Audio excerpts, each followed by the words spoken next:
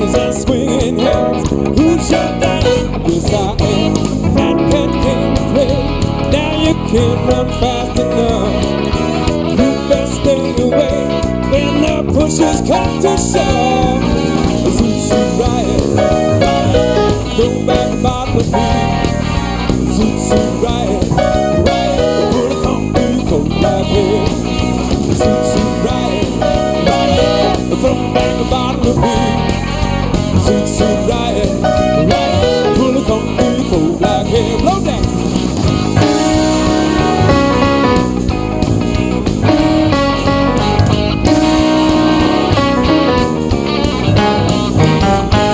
Ripped up to the brook, brown and man. Straight cat from 98-piece band. Love me, send me, and you'll understand. In my blood, hot music ran. You got me in the sway, and I want to swing it up. Now you sailors know when young women come for love. Zoot, Riot, Riot, throw back a bottle of beer. Zoot, Riot, Riot, full of concrete cold black hair.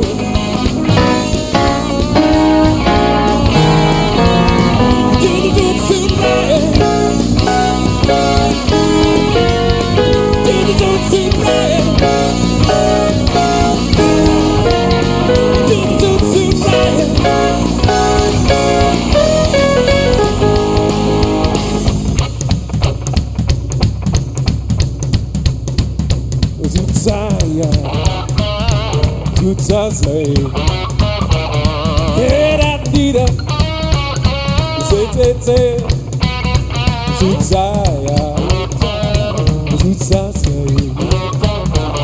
yeah, that need a say, got me in the swing, and I want to swing it down.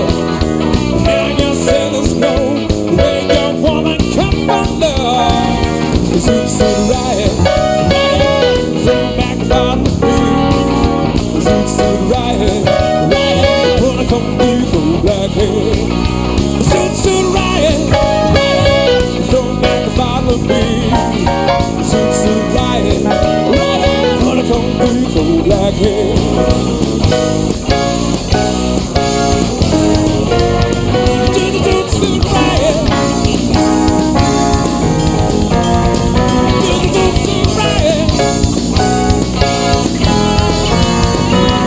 Zoot, Riot.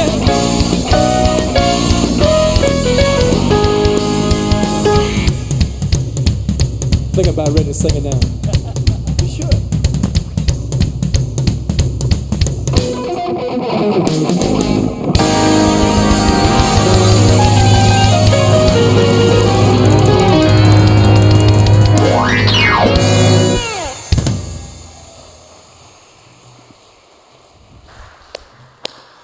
Well, good morning. We're having our own Zoot Riot this morning. I hope it woke you up and you are ready to go this Veterans Day weekend as we continue our series on Tailor Made. And if you're new with us today, it's really been a series about how we customize and tailor our approach to serving people. And you feel validated, you feel encouraged, you feel affirmed when other people tailor their approach to you. And imagine how you can bring that kind of joy and love into other people's life when you do the same for them. And speaking of that, today is a special day where on Sundays all over the world, we like to recognize our veterans. And so one of our tailored approaches is to say thank you for those who are serving or have family members who are serving. So if you are here who have served or you have family members who served and you don't mind, it's not embarrassing, you don't have to if you don't want, if you want to raise your hand, we'd love to just cheer for you and celebrate your family members. Can we thank you for all those? Thank you for your family and all the ways that you're fighting for our freedoms. Thank you. In fact, let me take a moment and just pray for all those who are currently in service for our freedom today. Father, thank you for those who are willing to put their lives on the line so that we can have freedom today. We often take it for granted, Father, but we thank you for the reminder for all of those who care that deeply about us and our country. Father, we ask you to keep them safe and continue to affirm them that they are doing one of the most noble of causes. In Jesus' name, amen. Well, like I said, we're in a series called Tailor Made, and part of that is, again, explaining a little bit about how we serve other people and how we do that as a church. We've likened our church to coming into a tailor, and you first check out the merchandise. You're exploring what you might like, what might fit. You may not wear it. It may not be your taste. You're not sure if you even believe the things we believe as a church about Jesus, God, or the Bible, but you want to check it out, not be bothered. Then there might become a time you're ready to connect. You're ready to maybe step up and say, hey, somebody want to even get up in my personal close space and show me how this belief, this Bible you believe in might be relevant to my life. You begin to maybe open up a bit and explain some of the needs you have, some of the ways in which maybe the Bible could be relevant to you as a husband or a wife or as a leader. And you're open to being curious about maybe connecting with someone who might show how they've taken these beliefs that you're not sure you believe yet or will ever believe, but what does it look like lived out? Maybe they help you look in the mirror and begin to look at areas of your life that you maybe want to re-examine or bring more purpose or legacy into. Exploring environments and connecting environments. And then maybe there comes a time you're ready to try something on. I want to try on that belief. I want to try on that habit. I want to try on that idea. And you step into the dressing room and you maybe try something on. That someone would help you be equipped to be the kind of leader that you want to be and to trust God the way you want to be or learn how to pray in a way you never have before. And we recognize that all of us are at different places in our spiritual journey. And it's very, very individualized. Your next step is not my next step. But for many of us, we take one step at a time in our journey through finding purpose and meaning in our life. And this isn't success when we arrive here. Success is when we invest back in helping other people equip themselves, when we help other people connect and find what they need in their lives, and when we help other people explore their curiosities and their skepticism. And that's what we do as a church. We create exploring environments, connecting environments, and equipping environments. And it's always amazing to me because every week as staff we come together and we just tell stories of people who just step into these environments and God begins to work in their life. And so a few months ago we recorded Matt's story, and Matt's going to talk about how each of these environments at our church began to bring relevance to his life.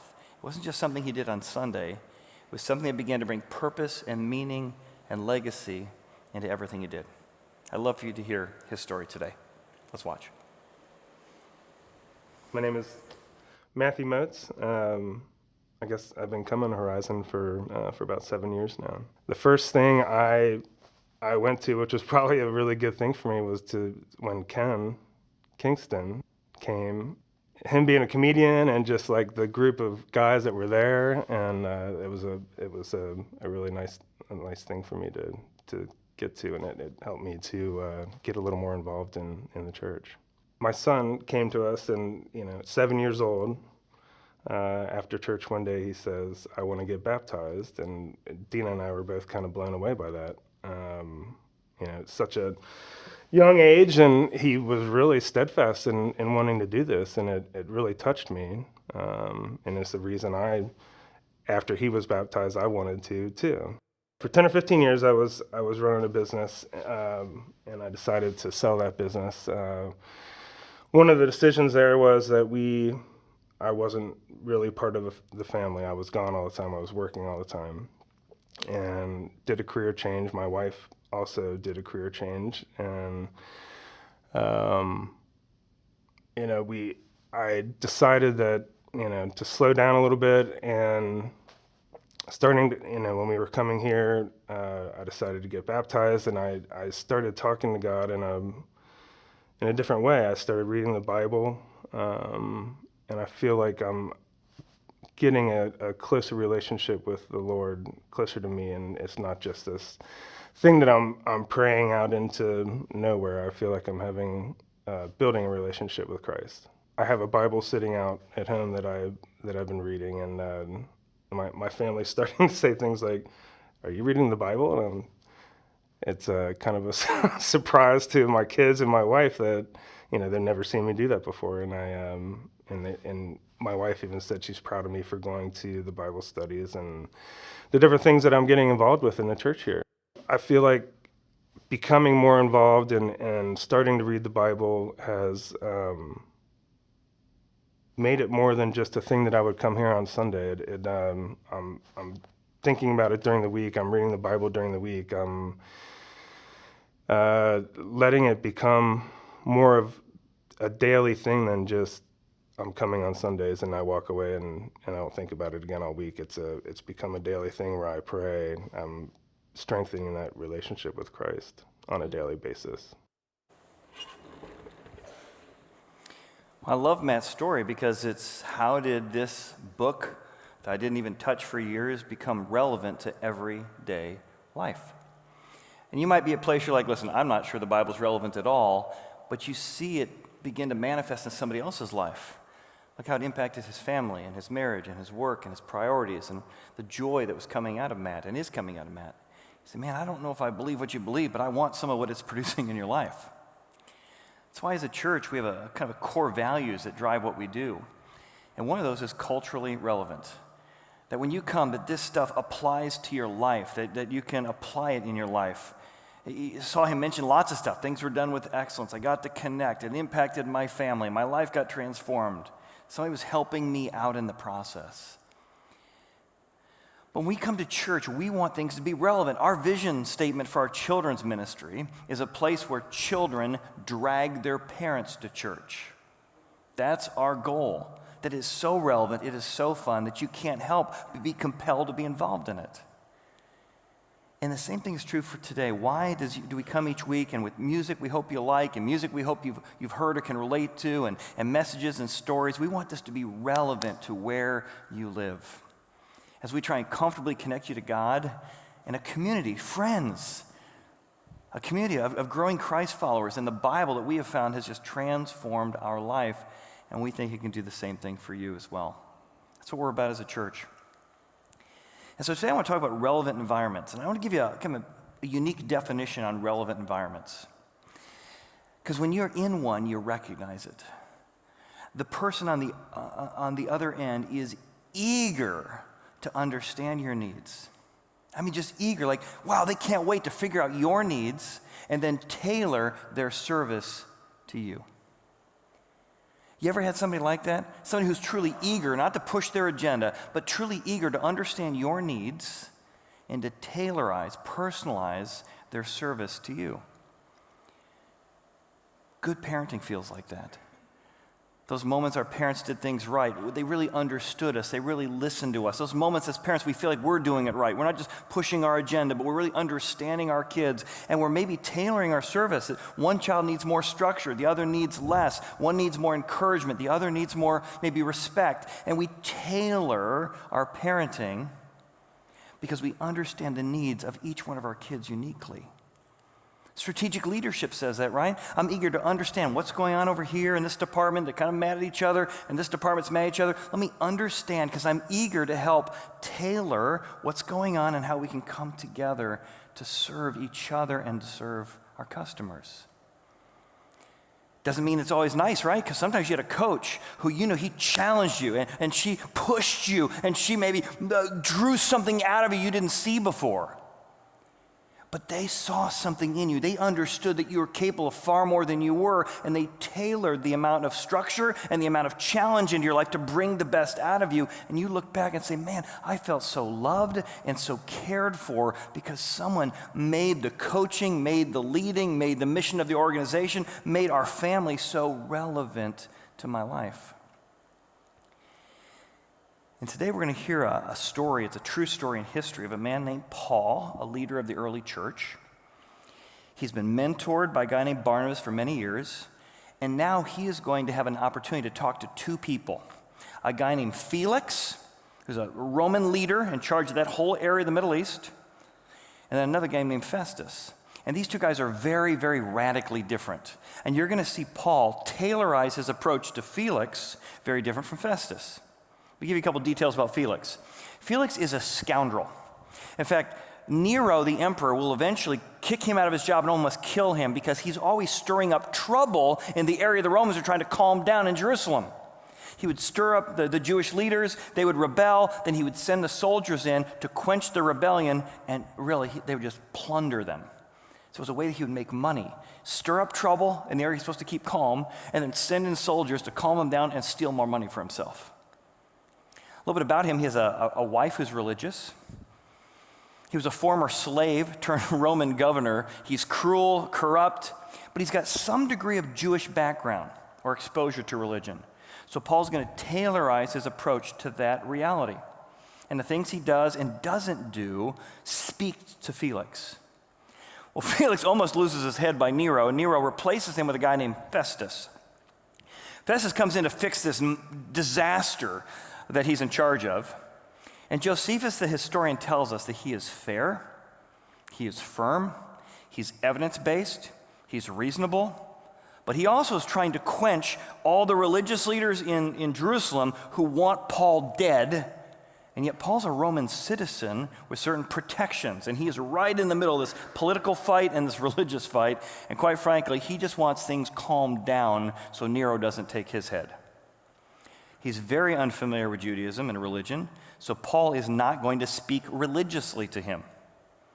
And Paul is going to make the message of his life in Jesus relevant to both of these guys, but totally tailored approaches. Now, the Bible isn't just a story, it's history. These are real people in history. In fact, archaeologists have found that Paul is being held in prison at the story we're in here today in a place called Caesarea Maritime. I got a chance to visit there a couple years ago, and it is amazing. Let me show you a couple pictures. When you go out to this port was built 6 BC by Herod the Great. Monstrous port.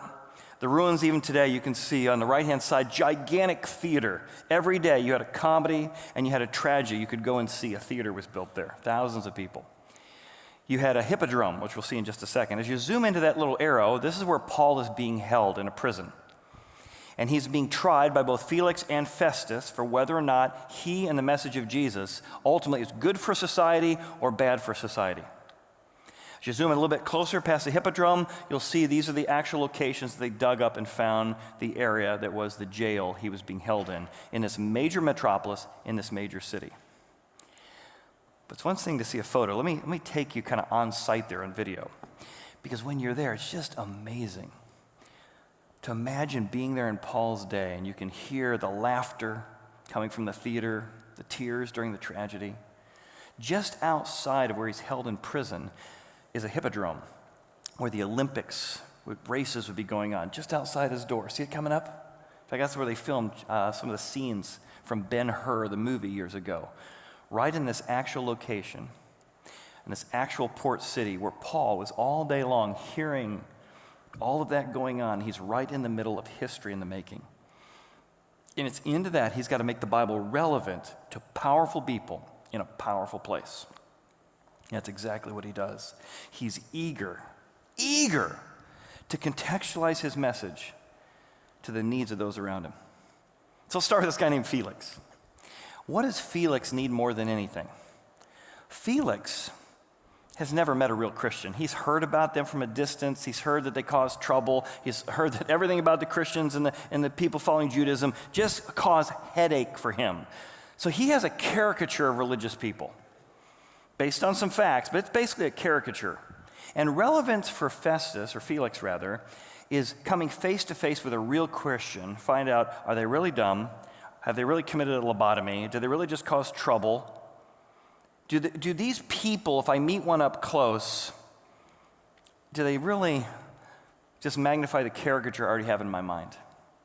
And Paul is going to make the message of Jesus relevant by coming against his caricatures. It's a quick story before I show you what he did. About 15, 20 years ago, I was in a small group of several teachers, and the teachers would invite me to come to their classroom and speak on career day. What does it mean to be a pastor?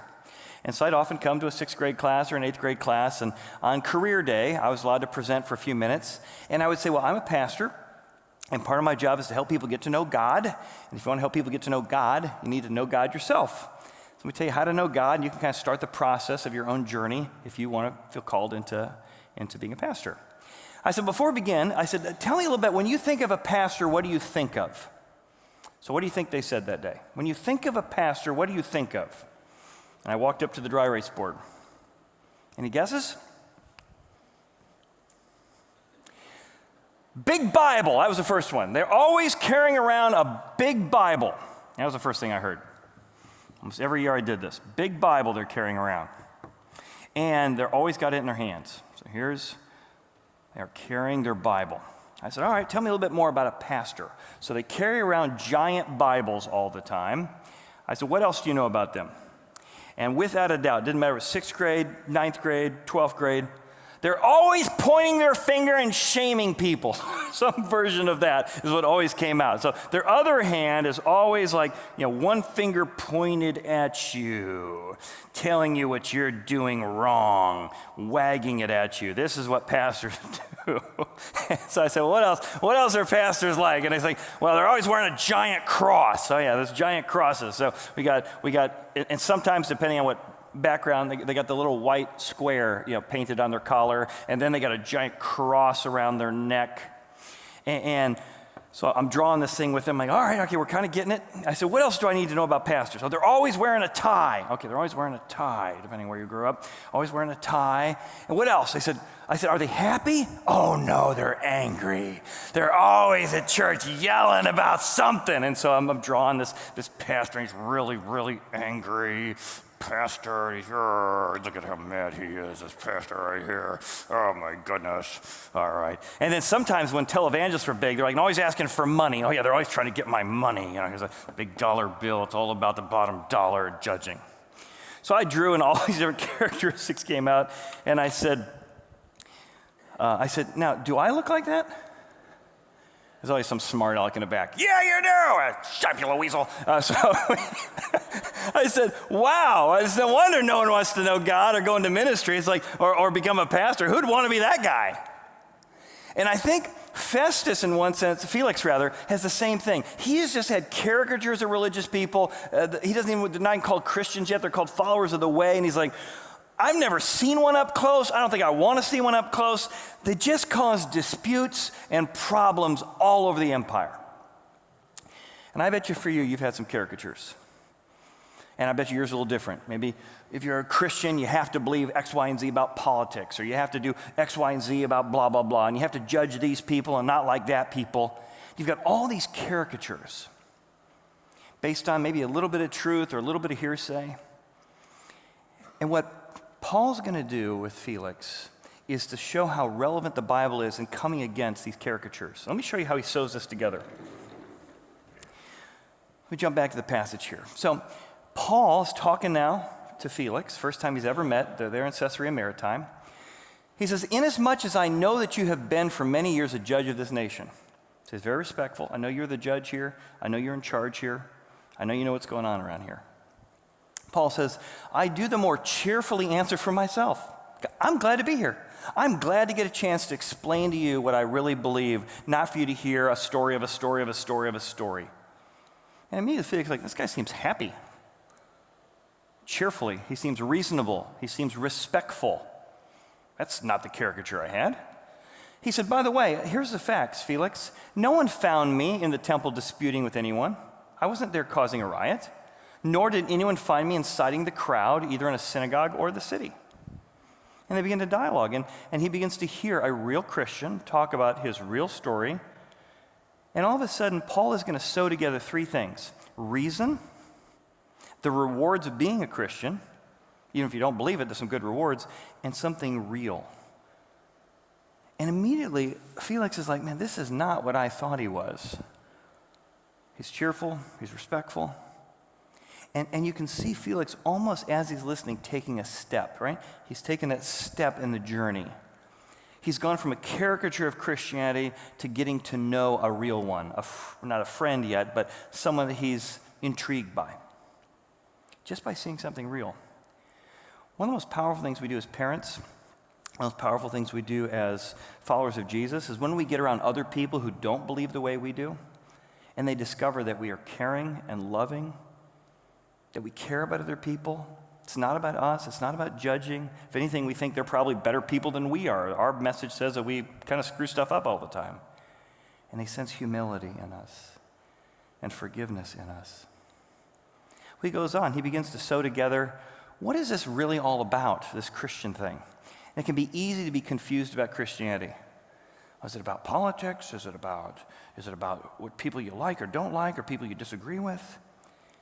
And Paul says, let me tell you what my message is really all about. Nor can they prove the things they're accusing me of. That's just all sideways energy. according to the way, that's what they called themselves at the time, the way of Jesus, according to the way, which they call a sect, I worship the God of my fathers. And I have hope in God. I got to tell you, the message I have, it brings me so much hope and so much joy and so much cheer. He's kind of selling the benefits of this thing. The benefits of what thing? He says, that there will be a resurrection of the dead. We believe that God came to earth, he died, rose himself from the dead, and by putting our trust in him, we have hope that when we die, and we're all going to die one day, Felix, we can know for sure we're going to heaven in peace with God. In fact, that motivates me, he says. I strive to actually not have disputes with people. I strive to have a conscience clear toward God and man, to settle, to be a peacemaker whenever I can. You got to imagine Felix like, well, this is not the caricature I thought. And it's becoming relevant, not because of some incredible argument, but just because it's so different. You mean Christianity is not about, fighting the Jewish people? It's about whether or not a guy rose from the dead? Yeah. And for many of you, maybe as you come to our church, that's what you're starting to experience. Something real, but also something like about resurrection. If Felix has taken this step, like one step, here's a real person. Second step, I got this confusion about what Christianity is. You're telling me it's primarily about Jesus' resurrection? Yeah, that's what it's primarily about. Who would have thought? And he gives one more thing. He starts to kind of argue the different rewards. Like, why would you want to be a Christian? Well, I've got hope in God. It brings me a lot of cheer. Then he goes on and says he reasoned with them, didn't yell at them, didn't finger point at them, didn't judge them, didn't talk down to them. He just reasoned with him. This verb is used over and over as Christians explain their conclusions. Can we reason together? There's some things that this message has brought in my life, a sense of righteousness, a self-control when I need it, and a confidence that when I stand at the judgment to come, man, I'm going to know I can stand with God.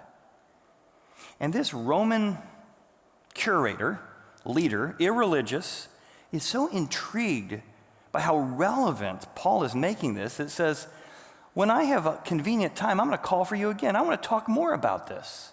I don't believe it, but this is intriguing to me. There's something about the conversation that had him lean into the conversation. And he's got an ulterior motive. Look what it says. He also hoped that Paul might hand him a little bit of money because he's used to being bribed, so he might release him. Therefore, he sent for him often to converse, partly to hear the message and partly to see, is he going to bribe me? And Paul never does. Paul's integrity of not bribing him speaks volumes to a man who's bribed and stolen his entire life.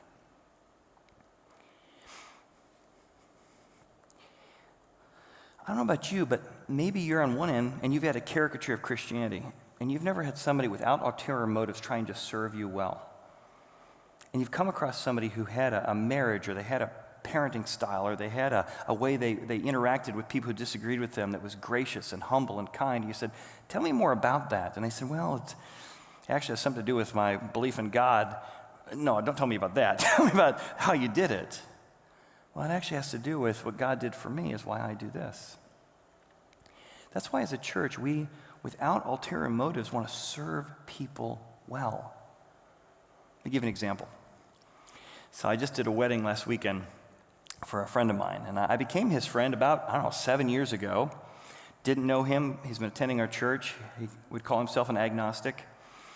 I get a call from his daughter. She's in her 20s. She says, hey, my parents are going through a divorce.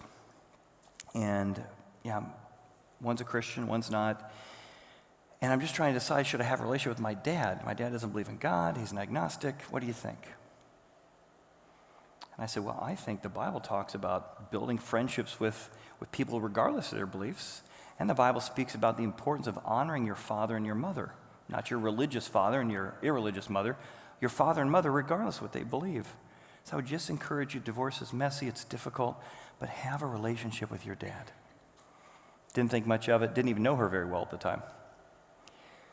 Fast forward about 4 months, guy walks in the door and introduces himself to me. He says, hey, my name's Bill, it's nice to meet you. I said, well, Bill, it's nice to meet you.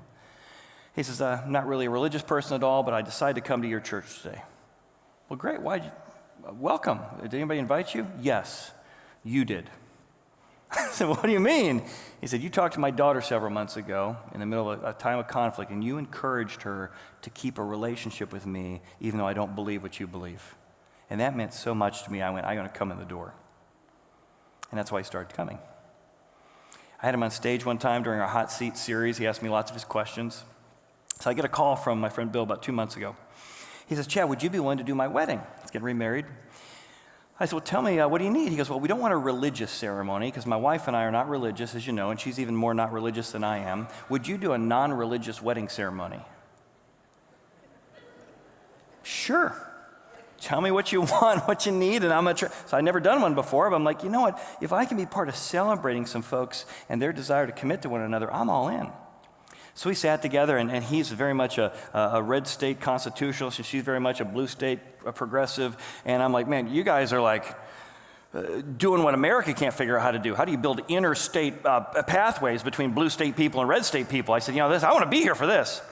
And so we're planning out the wedding. He says, hey, what if you did lots of jokes about kind of political jokes at the very beginning? No. I said, because the jokes you're going to think are funny, she's going to be offended by her friends and vice versa. Not doing any political jokes. And so we're planning the ceremony, and I drove out to Indianapolis last Saturday, about 3 hours, did the ceremony, and came back so I could speak here last Sunday. And they said, we really want this to be fun. It's our family gathering. And so I said, well, what if we create a bingo game with they go hiking called Hikes, and all the different areas of bingo are things that you guys like doing together. And there's like 50 people in the room, it's everybody in the room. So I led the time of games and hikes, and he's a fisherman, so I researched a fisherman's knot.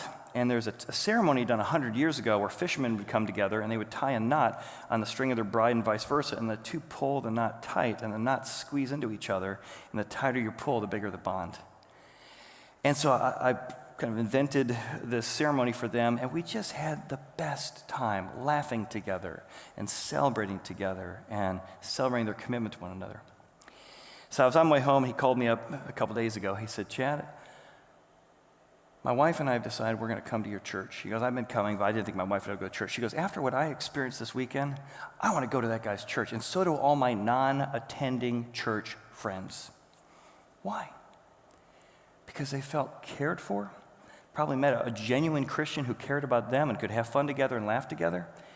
Somebody who was eager to meet their needs and to tailor their service to them.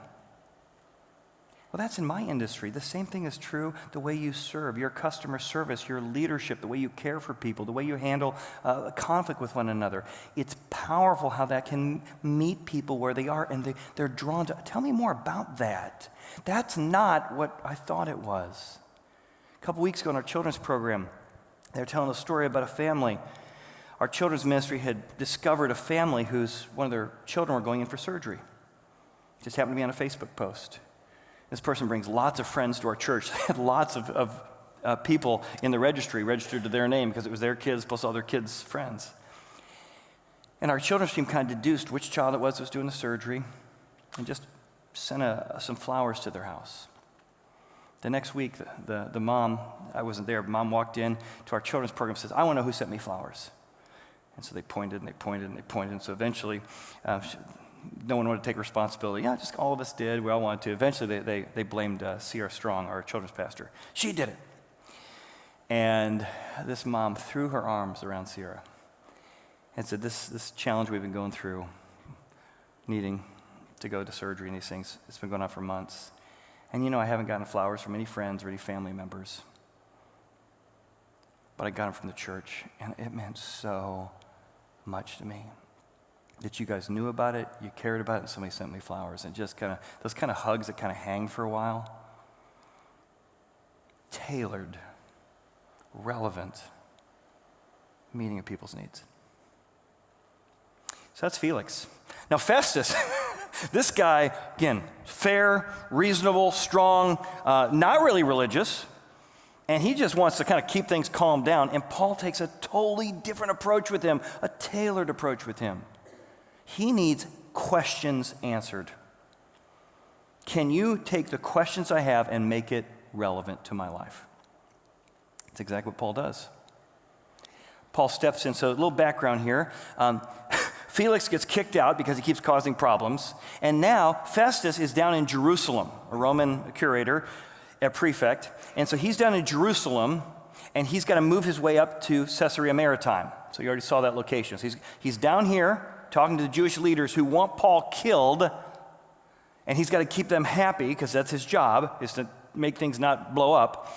But Paul's up here at Caesarea Maritime. He's going to go up there to talk to Paul. But the religious leaders, they're asking Paul to come to see them in Jerusalem because they've got an ambush and they're trying to kill him. So Festus is smart enough to recognize the case they have against him isn't real strong. They also recognize that they're probably going to ambush him. So instead, he does this amazing jiu-jitsu. He says, tell you what, I'm not going to bring Paul here, but you can come in our private Roman caravan together. And so these Jewish leaders who hated Paul, who used to be Paul's group, by the way, they all go with him and they take this private tour up to the Caesarea Maritime. So he's kind of made some favor with them, and he has not put Paul in a place he's going to get killed and turned into a martyr. So Festus is pretty sharp. He's now stepped in. Felix is still there, even though he's lost his job. And Festus steps in, and he's now talking to Paul for the first time. And look how Paul makes his story relevant to this firm, questioning, truth-based, evidence-based leader. Here's what happens in the story. First, we find out about his questions. When there had been many days, Festus laid Paul's case before the king. I'm not going to get in trouble for this. King Festus, you take over here. There's a certain man left a prisoner by Felix, about whom the chief priests asking for a judgment against him. He needs an opportunity to answer for himself concerning the charges against him. The accusers have some questions against him about their own religion and about a certain Jesus who had died and Paul affirmed to be alive. It's like, what? All of this dispute is about whether or not a guy died and came back from the life? I see. I got some questions about that. But he at least knows what the main message of the Bible is about. Was there a guy named Jesus? Did he die? And did he come back from life? Emperor Nero has just put this guy in charge, Festus, to get to the bottom of that question. And Paul is going to, again, sew together some things. He's going to sew together truth, evidence, boldness, and conviction. Here's what he does first. He sews together truth. Here's a guy who has questions. Let me give you some evidence and truth. Now, as he thus made his defense, he's defending, he's giving evidence. Let me tell you what happened. Let me tell you the evidence for it.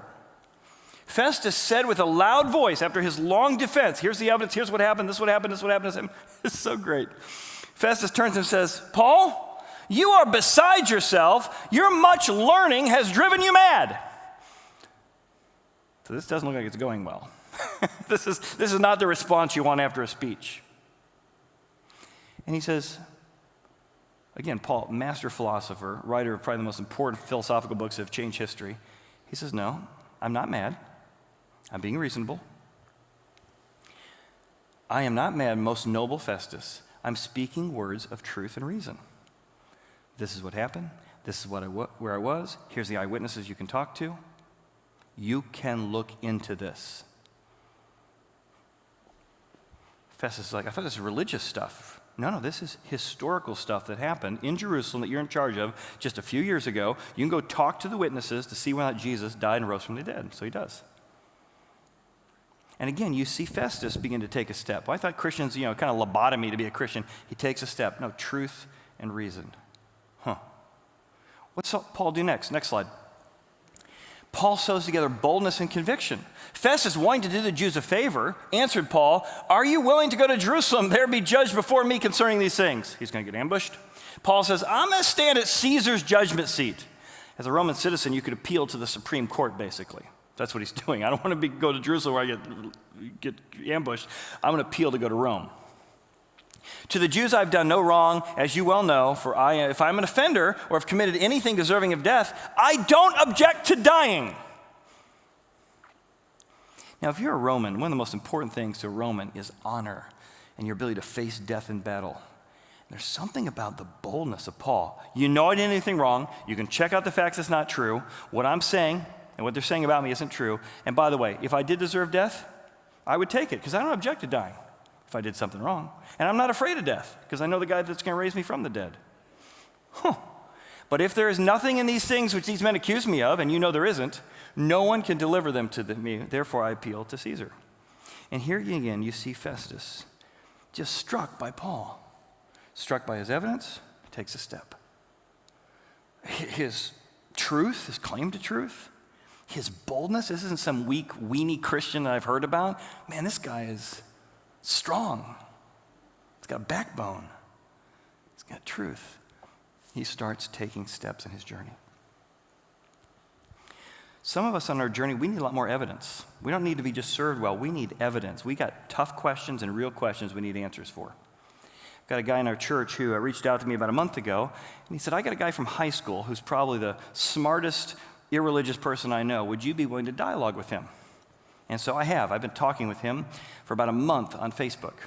If you scroll through our dialogue, your finger will get worn out from 800, 900 pages. We've gone back and forth on, does God exist? The problem of evil. Does the Bible support slavery? And on and on and on and on and on. And as we've been dialoguing back and forth, he'll say things like, I just wish we could have a public debate. I'm like, listen, I'm not here to public debate you, where you're going to want to get points in front of your friends, or I'm going to want to get points in front of my friends. I'm here to serve you if I can. You ask for a reasonable, intelligent Christian to answer your legitimate questions. That's all I'm trying to do. If it's helpful, I want to do it. All right, well, let's keep talking. And he just sent me, after literally 600 pages of messaging back and forth, he said, Chad, you've convinced me. Not that it's true, but you convinced me that there's benefits to this Jesus thing. That it's brought you hope and joy and a motivation to serve your child with autism and your motivation to serve and care for other people.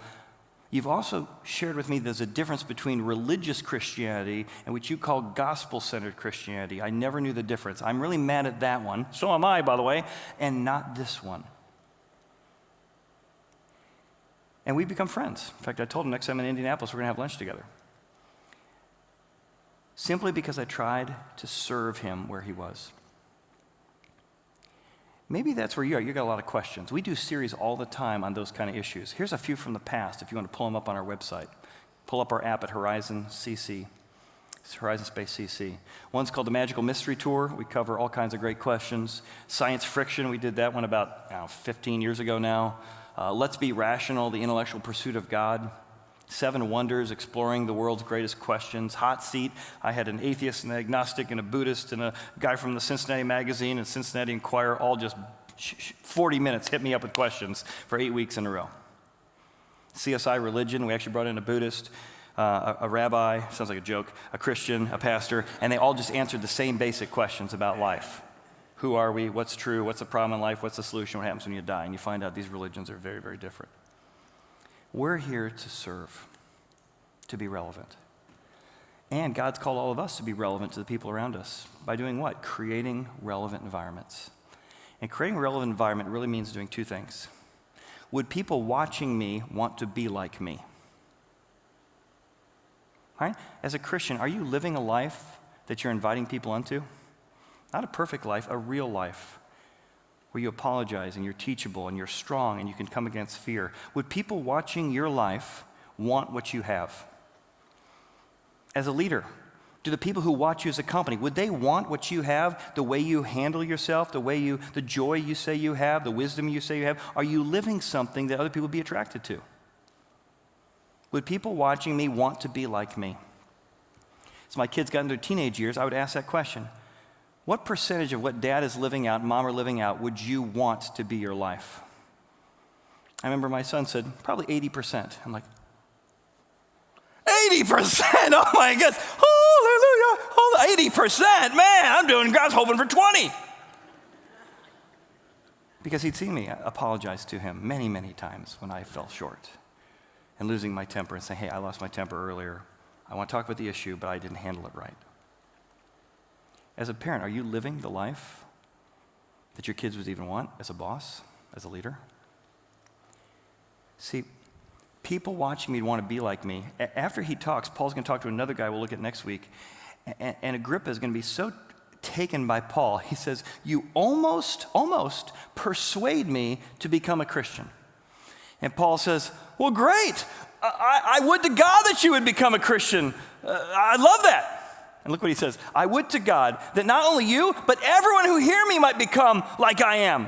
Well, almost, except for, these chains. I want everybody to be like me, except maybe not in prison. He's got a sense of humor. He's got peace in the middle of jail. I mean, it's just striking. When you're under pressure, what comes out of you? Would people want to be like you? And number two,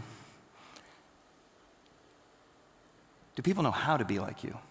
Do you take the time as a parent to explain, don't talk back to me, versus here's what you said that was disrespectful, here's the tone you used, here's how, here's what respectful looks like, here's what it looks like to disagree with dad respectfully, and we take the time to explain how to do things. See, the Christians will eventually be called Christians for a very interesting reason. The word Christians was actually a way to make fun of them. It was called little Jesuses. Look at those little Jesuses, those Christian-like people. Because they recognize that people were trying to be like Jesus. I want to walk like him. I want to talk like him. Is there something about your life that it's not just a way? They were called the way, but people began to say, no, we're not just following a way. We're trying to be like Jesus. The way he loves, the way he cares, the way he serves. That's what we want to be like. And as a church, that's what I want for you. I want to invite the band to come out this next song. Very relevant song when it talks about what I want to be like Jesus and walk like him and talk like him. Let me tell you one of the things we do as a church, as a band comes out, is one of the ways we give is using what we call the giving tree. It's right out there. It's a way that we, whether you believe what we believe about Jesus, God, or the Bible or not, it's a way we serve our community. And maybe you want to be part of making a difference here, near, and far in the next couple weeks. You can go out and grab an ornament. Some of those ornaments are going to help you as we serve those in interparish ministries, a group we work with all year long. Because we want to love like Jesus. Others are working with City Gospel. You're going to pick up another one of those ornaments, and maybe you'll end up mentoring someone downtown with once a month. You're going to buy a gift for them, and you'll know exactly what that gift is and when to bring it back. Because you say, I want to walk like Jesus did, serving other people, being generous to other people. Next couple weeks, we're going to tie that with some of our work with Happy Church, some of our work with Belize Partners, and some of our work with Back to Back. For the next 4 weeks, we want to be Christians, little Jesuses. We walk like him. We talk like him. We love like him. And we serve like him. As we thought about the best relevant song to end today with, we thought this one would be perfect.